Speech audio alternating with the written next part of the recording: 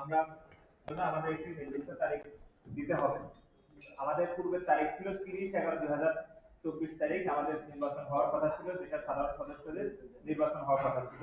কিন্তু যেহেতু আমাদের 10/11 তারিখে আমাদের চূড়ান্ত তালিকার মাধ্যমে আমাদের যেহেতু কোনো কন্টেস্টেন্ট ছিল না, সেই প্রেক্ষাপটে আমরা 10/11 তারিখে যেহেতু আমাদের চূড়ান্ত তালিকা প্রকাশিত হয়ে গেছে, তার মানে হচ্ছে আমাদের সামনে ছিল পোর্টফোলিও নির্বাচন, যেটার মাধ্যমে সভাপতি, সাধারণ সম্পাদক এবং সহসভাপতি এবং অন্যান্য যে ইয়ে ছিল, এটা যেহেতু আমাদের ঘোষণা করতে হবে অথবা নির্বাচন করতে হবে, সেজন্য আমরা পুনরায় একটি তফসিল ঘোষণা করি। সেই তফসিলের প্রেক্ষাপটে আমাদের 21 তারিখে মনোনয়নপত্র বিক্রি করার কথা ছিল, 21/11, তারপরে 23/11 এবং আজকে 25 তারিখ আমাদের হচ্ছে মানে পূর্ণাঙ্গ তালিকা ঘোষণা করার। Messrs Agrani enterprise, provider Mohammad Manzur Hossain মুকুল।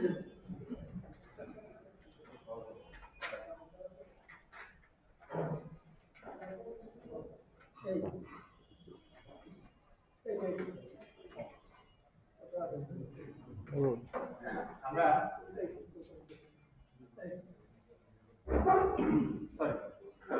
আমরা আজকে পূর্ণাঙ্গ পোর্টফোলিও নির্বাচনের ঘোষণা করছি ফলাফল। জনাব মোহাম্মদ মিজানুর রহমান খান, গাংচিল গ্রুপ সভাপতি পদে নির্বাচিত। জনাব Mohammad Sajjadur Rahman Sujan, Messrs Orion traders সহসভাপতি 1। জনাব জাহিদ হাসান টুকুন, মেসার্স জাহিদ হাসান টুকুন সহসভাপতি 2। জনাব মোহাম্মদ মঞ্জুর হোসেন মুকুল, মেসার্স অগ্রণী এন্টারপ্রাইজ সহসভাপতি 3।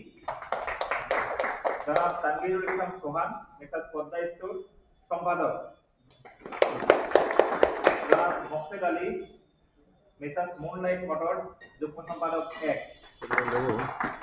জনাব মোহাম্মদ ইজাজুদ্দিন টিপু, গোলাম রেজা দুলু, মোহাম্মদ গোলাম রেজা দুলু নির্বাহী পরিষদ সদস্য।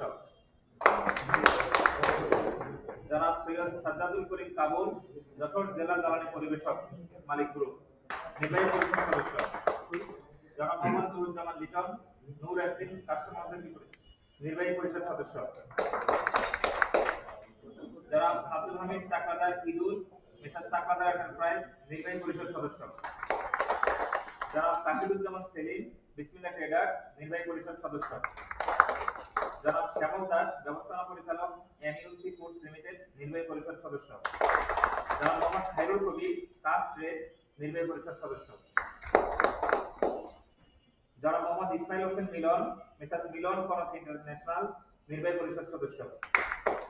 জনাব মোহাম্মদ নূর আলম পাটোয়ারি, মেসার্স আলম ট্রেডিং নির্বাহী পরিষদ সদস্য।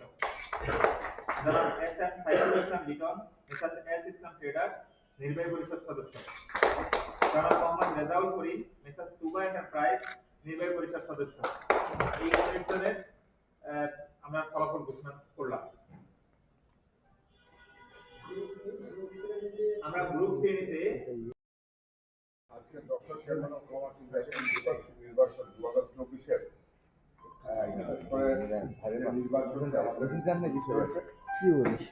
যদিও নির্বাচনকে সরাসরি আমাদের ভোটারদের প্রত্যক্ষ ভোটে অনুষ্ঠিত হয়নি। আমাদের প্রশাসন মহোদয় এর আগে বলেছেন, আমরা চেষ্টা করেছিলাম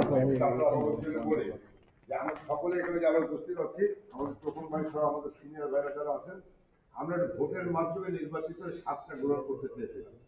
কারণ ভোট যখন হয়, ব্যবসায়ীরা যখন ভোট দেয়, ব্যবসায়ের সাথে আরো 5জন থাকে, একটু উৎসাহ হয়, প্রশাসনের সকল জায়গায় ব্যবসায়ীরা কিন্তু একটু উজ্জীবিত হয়। কিন্তু আমরা অনেক চেষ্টা করার পরেও আমাদের একটা কমিটি ছিল এবং সকলের সম্মতিতে সেখানে মানে আপনার একটা কমিটির কাছে দায়িত্ব দেওয়া ছিল যে আমরা এই মুহূর্তে দীর্ঘদিন ভোট করেছি, ভোটের শেষে ভোটটা হয় না, মানে তাদের একটা অবস্থা এমন যে আমরা ভোট করব, 1 মাস খাটার পরে দেখাতে ভোটের আগের দিন বন্ধ করে, এই একটা মানে তাদের মধ্যে একটা সন্দেহ এবং ভয় ছিল। এর আগে হয়েছে, যার কারণে তারা অন্তত আমাদের কিছু, আমাদের যারা বিশেষ করে কমিটিতে ছিলেন, আমাদের জেনারেশন খোকন, আমাদের টোকন ভাই ছিলেন, আমাদের সৌরভ সাহু, আমাদের তারপরে অন্যান্য নেতৃত্ব যারা ছিলেন, তাদের উপস্থিতিতে আমাদের সকল ব্যবসায়ী একটা মত দিলেন যে আপনারা সকলে মিলে একটা প্যানেল সেট করে দেবেন। সেই প্যানেলটা কাজ করবে। আমরা যারা 18 জনের বাইরে তো নেওয়া যাবে না, 36 জনের 38 জন হয়েছিল, সেই জন্য মানে একটা প্যানেল করেন এবং তারা বললো আমাদের সাথে সম্মিলিতভাবে পরবর্তীতে বিভিন্ন সাব কমিটিতে কাজ করবে। এটাই হচ্ছে মূল বিষয়। তারপরেও একটা বিষয় বলি, সেটা হচ্ছে যে আমাদের এখানে প্রশাসক মহোদয় আছে, নির্বাচন বোর্ড, আপিল বোর্ড, আপনারা কিন্তু আজকে একটা কৃতিত্বের দাবিদার। এই কারণে এই আমাদের যশোর চেম্বারে 2011 সালে যে নির্বাচনটি হয়েছে, এর আগে অনেকবার নির্বাচনের তফসিল ঘোষণা হয়েছে, কিন্তু নির্বাচন বোর্ড, আপিল বোর্ড নির্বাচনটি করতে পারে না। পরবর্তীতে 2011 সালে একটা সুন্দরভাবে নির্বাচন অনুষ্ঠিত হয়েছিল এবং তারপরে এ পর্যন্ত অনেক নির্বাচন আপিল বোর্ড ইতিমধ্যে কিন্তু গঠিত হয়েছে এবং পরবর্তীতে নির্বাচন করতে পারে না। সুতরাং আপনারা কিন্তু আরেকটা সেই সৌভাগ্যের দাবিদার। যশোর চেম্বারে 10 বছর পরে হলো, 14 বছর পরে হলো, 12 বছর পরে একটি নির্বাচনের মাধ্যমে একটা কমিটি উপহার দিয়েছিল এবং নির্বাচিত কমিটির কাছে আপনারা বিশেষ করে দায়িত্ব হস্তান্তর করবেন। আগামী কিছুদিনের মধ্যে আজকে ফলাফল ঘোষণা করলেন। আমরা যারা নির্বাচিত হয়েছে আমাদের সকলের পক্ষ থেকে আমাদের প্রশাসক মহোদয়, আমাদের নির্বাচন বোর্ড, আপিল বোর্ড এবং অন্যান্য কর্মকর্তা সকলকে আমাদের সকলের পক্ষ থেকে আন্তরিক ধন্যবাদ ও মোবারকবাদ জানাচ্ছি। আমরা আপনাদের প্রতি কৃতজ্ঞ। আপনারা আইনের প্রয়োগ নিয়ে সুষ্ঠুভাবে এবং সুন্দরভাবে এবং কোনো জায়গায় আমার মনে হয় কোনো প্রশ্নবিদ্ধ হয় নাই। আপনাদের কর্মকাণ্ড স্বচ্ছ ছিল। সর্বশেষ আপনি যে কথাটি বললেন, যেটা আমরা ইতিমধ্যে অনেক আলোচনা করছিলাম, সেই আমাদের পরিকল্পনার একটি অংশ ইতিমধ্যে আপনি বাস্তবায়ন করেছেন। আপনাকে এই জন্য আমাদের সকলের পক্ষ থেকে ধন্যবাদ। বিশেষ করে ব্যবসায়ীদের সেবার দোরগোড়ায় পৌঁছে দেওয়ার জন্য।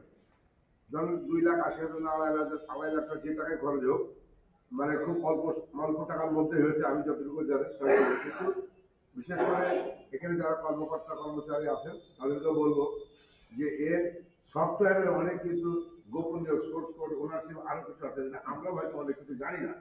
আমার মনে হয় এই টেকনোলজিটা আপনি মানে একটু সাপোর্ট দিবেন বা মানে শুভ বুদ্ধি পরামর্শ দিয়ে আমাদের পক্ষ থেকে আমরা চেষ্টা করব এটা আরো উন্নত করার জন্য, আরো সহজীকরণ করার জন্য। কারণ মানুষ অনলাইনে করা হয়, কিন্তু অনলাইনে মানুষ অনেক কিন্তু অভ্যস্ত না, কিন্তু আস্তে আস্তে অভ্যস্ত হচ্ছে।